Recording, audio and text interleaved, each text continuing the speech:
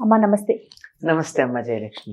అమ్మా, కళలో ఏం కనిపిస్తే మంచిది, ఏం కనిపిస్తే దాన్ని మనం చెడుగా భావించాలి? ఈ కళలకు సంబంధించి చాలా గొప్ప శాస్త్రమే ఉందమ్మా. మన ఋషులు రాసినవి ఉన్నాయి, సిగ్మండ్ ఫ్రాయిడ్ వాళ్ళు రాసినటువంటివి ఉన్నాయి. వాటిల్లో చెప్పిందంతా చూడాలంటే ఆ శాస్త్రం అంతా చదవాలి. శాస్త్రం అంతా చదివేంత ఓపిక తీరిక, దాన్ని నిత్యం ఎవరికి ఏం కళలు వచ్చాయి, దీని ఏది మంచి ఏది చెడు అని చెప్పేటటువంటి ఒక ప్రత్యేకంగా కూర్చుని చేసే పని కాదు కనుక చదవలేదు. కానీ ఏ ఏ ఎటువంటి కళలు వస్తే ఎటువంటి ఫలితాలు ఉంటాయి అన్నది ఫలితాంశంగా రామాయణంలో చెప్పింది ఏమున్నాయో అవి మాత్రం చెప్పగలుగుతాను నేను. రామాయణంలో కూడా రామాయణంలో ఉన్నాయి. కానీ అమ్మ, రామాయణంలో స్ఫురించని అంశం లేదని కదమ్మా. ఆయన వాల్మీకి మహర్షి స్పృశించనటువంటి అంశం అన్నది లేదమ్మా. అన్ని విషయాలు ఉన్నాయి.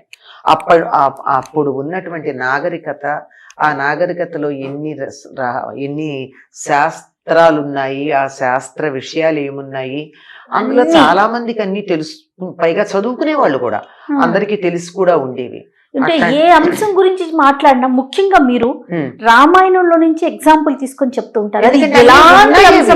అన్ని ఉన్నాయి. అది ఒక కల్పవృక్షం అమ్మా. నువ్వు ఒక దాని పేరు చెప్పు, అందులో కనపడుతుంది దానికి సంబంధించిన విషయం. బాబా, అద్భుతమైన గ్రంథం. ఇప్పుడు కళలు, దశరథుడు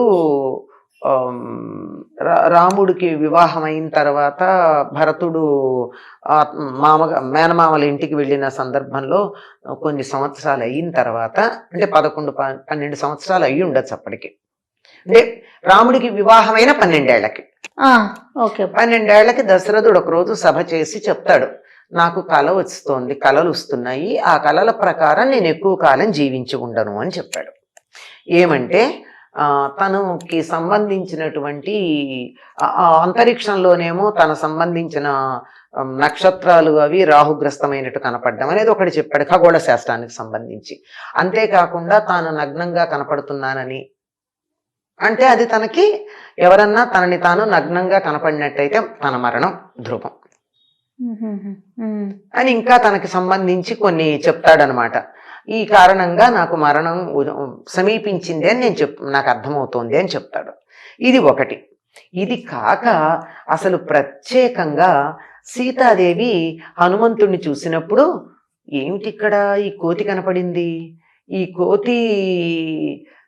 కోతి కలలోకి వస్తే బంధువులకి ఏదో హాని కలుగుతుందంటారు, ఆత్మీయులైనటువంటి వాళ్ళకి ఏదో కష్టం కలుగుతుందంటారు, ఏమిటి నాకు ఇలా కలిగింది, అందరూ క్షేమంగా ఉన్నారా లేదా అనుకుంటుంది.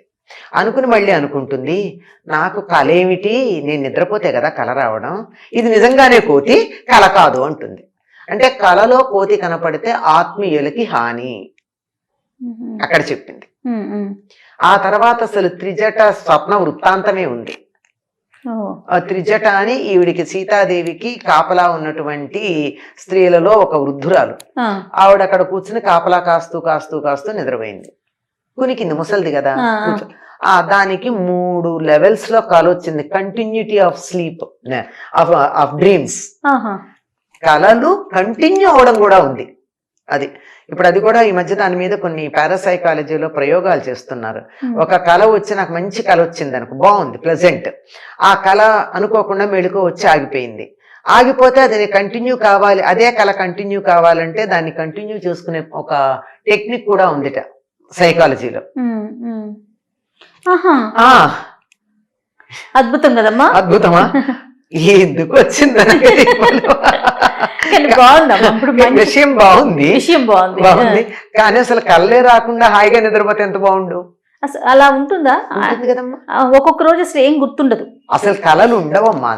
కొంతమందికి విపరీతమైనటువంటి మానసికమైన కార్యక్రమాలు నడుస్తూ ఉన్నప్పుడు మాత్రమే, యాక్టివిటీ ఉంటే మాత్రమే కళలు వస్తాయి. లేకపోతే హాయిగా ఏదో ఏనుగులు తొక్కినా తెలియనట్టు, పిడుగుపడ్డా తెలియనట్టు పడుకున్నారంటారే, అట్లా పడుకోవడం అసలు నిజమైనటువంటి శారీరక మానసికమైనటువంటి అద్భుతమైన విశ్రాంతి లభ్యమవుతుంది దానికి. ఆవిడ చెప్తుంది 3 రకాల కళలు చెప్తుంది. ఒకటి ఏమిటంటే, రాముడు ముందు ఇది 1000 హంసలు మోస్తున్న పల్లకీలో వస్తున్నట్టు, సీతాదేవి ఏమో చంద్రుణ్ణి సూర్యుణ్ణి ఇలా చేతులతో తడుముతున్నట్టు, అట్లా. అలాగే తెల్లని ఎద్దులు కట్టినటువంటి రథంలో వస్తున్నట్టు, ఆ తరువాత ఏనుగు మీద, తెల్లని ఏనుగు మీద వస్తున్నట్టు, ఇలా కళలు వచ్చాయి అంటుంది. అంటే 3 లెవెల్స్ ఈవిడికి వచ్చింది.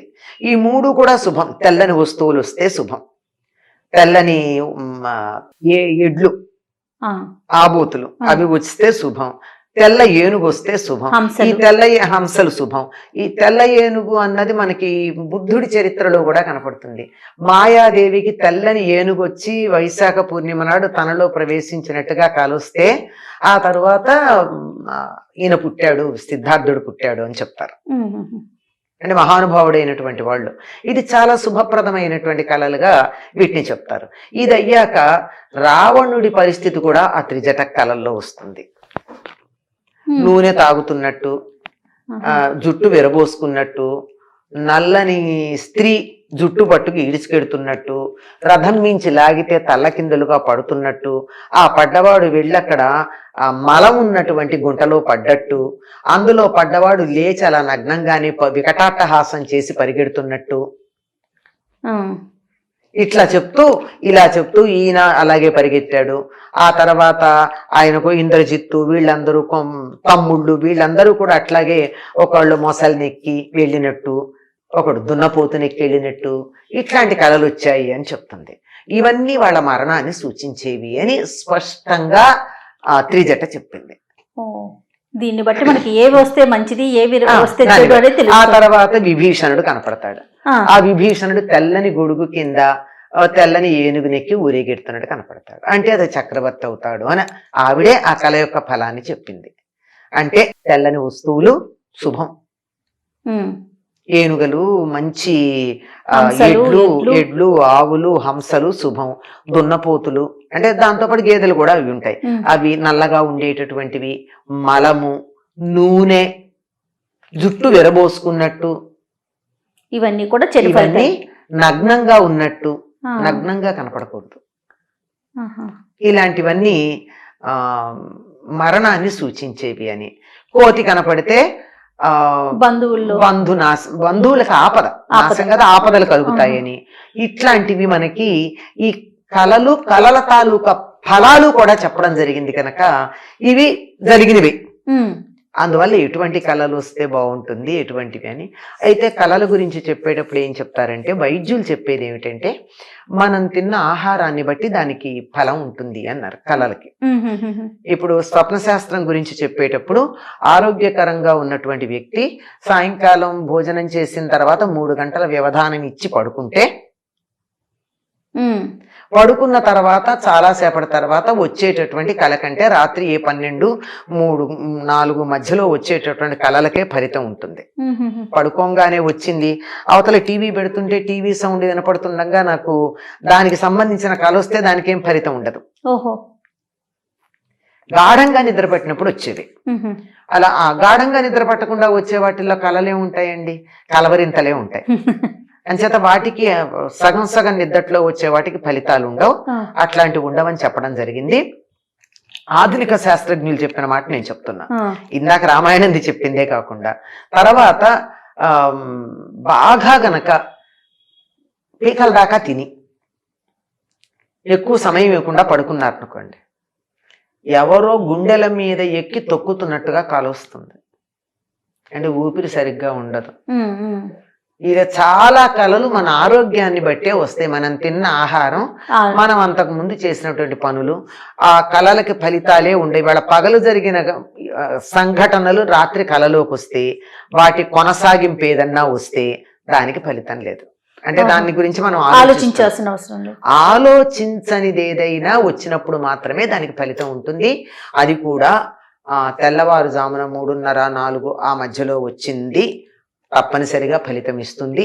కొద్ది రోజుల దాని సమయాన్ని బట్టి, వచ్చిన దాన్ని బట్టి, మన పరిస్థితిని బట్టి 6 నెలల్లో ఫలితం వస్తుందా, 3 నెలల్లో ఫలితం వస్తుందా, దానికి లెక్కలు కూడా చెప్తారు. 3 రోజులు కావచ్చు, 3 నెలలు కావచ్చు, 3 సంవత్సరాలు కావచ్చు ఫలితానికని. స్వప్నాల వెనుక ఇంత చాలా ఇది వెనక చాలా ఉంది. వెనకది చెప్పట్లా, నేను ఊరికే ఉన్నది పైన ఉన్నది చెప్తున్నాను. చాలా పెద్ద శాస్త్రం స్వప్న శాస్త్రం కూడా. మనకు తెలిసినంత వరకు ఉన్న మనకి సమాచారం. తెలిసినంత వరకు ఇది సమాచారం. పాములు బాగా కలలోకి వస్తున్నాయి అంటే ఏవో కోరికలు తీరలేదు అని అర్థం. అందులోనూ ప్రధానంగా కామ సంబంధమైన కోరికలు తీరినప్పుడే పాములు కలలోకి వస్తాయట. ఓహో. ఇలాంటివి ఉన్నాయి, ఓకే ఓకే. చాలా విషయాలు ఉన్నాయమ్మా అయితే. చాలా ఉన్నాయి. అంటే మనకు వచ్చే కళను బట్టి నిర్ణయించుకోవాలి. నిర్ణయించుకోవాలి. రైట్ అమ్మా, నమస్తే.